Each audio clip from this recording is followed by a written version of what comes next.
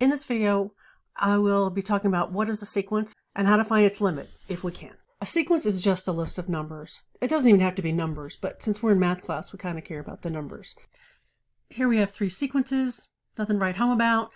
1, 1, 2, 3, 1, 1/2, 1, 4, 3, 3, 5. That one's kind of a funky one. If you can figure out where that comes from, I'd like to see that.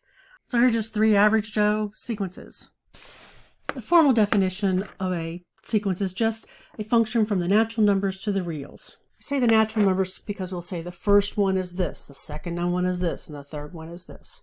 If you want, there's a web page listed below that has a list of integer sequences, which is really odd since there are uncountably many sequences and they can only list finitely many. Anyway, it's kind of fun to play around with sometimes. The notation we use for sequences varies. We can list the elements. We could say a sub n where we know what a sub n is, or a sub n is defined somewhere else. We could try to be specific and say a sub n where n goes from 1 to infinity, or we can actually put the definition inside the curly braces and say n going from 1 to infinity. Let's look at a couple sequences that you should already know and love, of course, because sequences are way cool. The arithmetic sequence is of the form a plus b, a plus 2b, a plus 3b, etc. Typically, it's denoted by a plus n times b. So you're adding b to each of the previous terms. For example, let's look at this one. We have 2, 3, 8, 11, 14. So I start with 2 and I add 3, then I add 3, then I add 3, then I add 3, etc. Keeps going on and on forever. Another sequence you've probably seen, hopefully, is a geometric sequence. Same idea as arithmetic, except instead of adding for each term, you multiply. So we've got AR, AR squared, AR cubed. Usually it's denoted by a sub n is equal to a times r to the n. Let's look at an example. Here we have 2, 4, 8, 16, 32. So I started with 2 again. I multiply by 2, multiply by 2, multiply by 2, multiply by 2. Finally, let's look at the Fibonacci sequence. I know you've heard of this. Everybody makes a big deal about the Fibonacci sequence. The Fibonacci sequence is typically thought of as this one, though there are lots of Fibonacci sequence. Depends on what your first two terms are. But this is the standard one we all see with the golden ratio and all that shit. You start with 1, 1. To get the next one, you add the 2 1s to get a 2. And then you add the next 2. The next ones is a 1 and a 2. You add those 2 to get the 3. Then the next 2 is a 2 and a 3. You add those to get the 5. You add the 3 and the 5 to get the 8, etc. It's too messy to do any more than that. But you get the picture. To get a term, you add the previous 2 terms. Now, what can we say about the limits of these sequences? Well, one nice thing is if we know that the limit of a function is L and f of n equals a sub n, then the limit of that sequence is L. If L is a real number, we say a sub n converges to L. Otherwise, we say a sub n diverges. So this is nice. Now we can use all those rules and regulations and theorems that we learned about limits and bring them into figuring out the limits of sequences. For example, let's say we have a sub n equals 3n squared plus 2n minus 5 over 5n squared plus 1. A sub 0 is -5. A sub 2 is, I don't want to calculate. So the degree of the top is 2 and the degree of the bottom is 2. Since the degrees are the same, as n goes to infinity, the limit's going to be the leading coefficients. Check this one out. Under the square root, I have 3n to the 4th plus some crap, and on the bottom I have n minus 1. Well, 3n to the 4th under the radical means I really have second degree on top and first degree on the bottom. Therefore, since the degree of the top is 2 and the degree of bottom is 1, this has to diverge because it's top heavy. The top goes faster. Lastly, a sub n is n cubed over 2 to the n. Now, we should know from limits that the top is a polynomial, the bottom is exponential, so it goes way faster than the top. Since it's bottom heavy, or the bottom goes faster, this has to be a limit of 0. Now we've got a grocery list of theorems. Sorry, it has to be done. You have to make sure you are aware of these. You probably do these subconsciously, but let's just cover them and get them over with. If you have c times your sequence, you can suck the c out. As long as it has nothing to do with n, you can factor out the c. If you are adding 2 sequences and you want the limit of the sum of 2 sequences, then you can find the limit of the 2 sequences separately and add or subtract them depending on what you stuck in between them. You can also do this with multiplication and division as long as the bottom doesn't go to 0. Also, if you're taking the limit of a function of something and you know what the inside is going to, then you can f whatever the limit is. So for example, if I have n going to infinity of a sub n to the p, and I know what a sub n goes to, I can find that and then just raise it to the p. Let's look at an example. So let's say we have the limit as n goes to infinity of n plus 1 over n plus 2. Looking at that, I've got a polynomial over a polynomial. Both have the same degree, 1. So I'm looking at the leading coefficients. That means the inside goes to 1. And the natural log of 1 is 0. So the limit of this sequence is 0. We can also use L'Hopital's rule. Well, if you haven't seen it, it's used when you have a rational function, so crap over crap. And if the top goes to 0 and the bottom goes to 0, or if they both, top and bottom both go to infinity, you can use L'Hopital's rule, which is take the derivative of the top and the derivative of the bottom and take the limit of that new quotient. Typically, if we have a rational function, we can look at it and go, yeah, it's top heavy, yeah, it's bottom heavy. We know it's going to 0 infinity. But the place where it really helps us is when we have some weird ass shit like this. A sub n equals 1 plus 1 over n to the n. If I try to quote unquote plug in, I'm getting 1 to the infinity. 1 to the infinity is an indeterminate form, so we need to do some jiggling.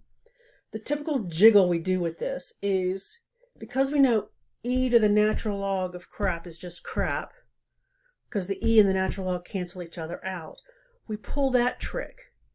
And if I've got the natural log of 1 plus 1 over n to the n can come out front because of our laws of logarithms.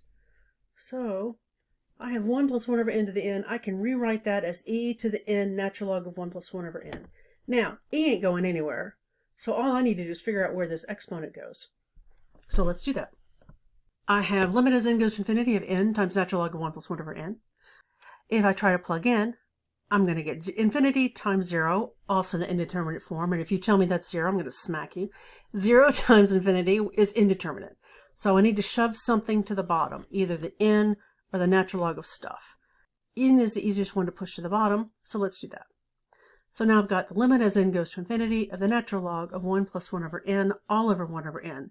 The top is going to 0, the bottom goes to 0. Sweet! We can use L'Hopital's rule. Think. Typically when I do L'Hopital, I'll put a little asterisk here, but I thought for people who may not have seen it, I'll go ahead and spell it out L'Hopital. So the derivative of natural log of crap is 1 over crap d crap. So 1 over 1 plus 1 over n. The derivative of 1 plus 1 over n is negative 1 over n squared. Again, derivative of 1 over n is negative 1 over n squared. So this is nice. Those guys cancel. I only have to look at the leftovers, 1 over 1 plus 1 over n. 1 over infinity is 0, so the limit is 1. My original question was, I've got e to all that stuff, not just stuff. So the limit of stuff is 1. So my final answer is e to the 1 or e. Another way to determine what the limit of a sequence is to squeeze it between two other limits. So let's say I've got this L, and I've got this top sequence that is converging down to L, and I've got this other sequence that's converging up to L, and I have this green one that's bouncing in between the two, but always staying in between the two. Well, then the limit of the green dot sequence is also L. Not very mathematical. Let me give you a more mathematical definition. If there exists n naught such that a sub n is less than or equal to b sub n is less than or equal to c sub n for all n greater than n sub naught, and the limit of a sub n and the limit of c sub n both equal L, then the limit of b sub n must also equal L. Okay, what's this bullshit at the beginning? Okay, so it says there exists an n naught such that at every point after n naught, this inequality holds. Which means if there's some crap going on at the beginning, I don't really care about that. As long as at some point in the future being further along the x-axis, at some point further down the axis, as long as this inequality holds for all points after that, I don't care about what crap happens in the beginning. That's just noise. I'm worried about what's happening after that point. And if after that point, I've got b sub n stuck between a sub n and c sub n, and both a and c sequences go to L, then b sub n is squished in the middle, also going to L. Let's look at an example. Limit as n goes to infinity of sine n over n. Now looking at that, I can see that this is going to be 0 because sine of n goes nowhere. It just flops around like a fish. 1, negative 1, 1, negative 1. Whereas n is going to infinity. A constant over infinity is 0. But let's prove it using the squeeze theorem. Sine of n is between 1 and negative 1. So sine n over n is between negative 1 over n and 1 over n.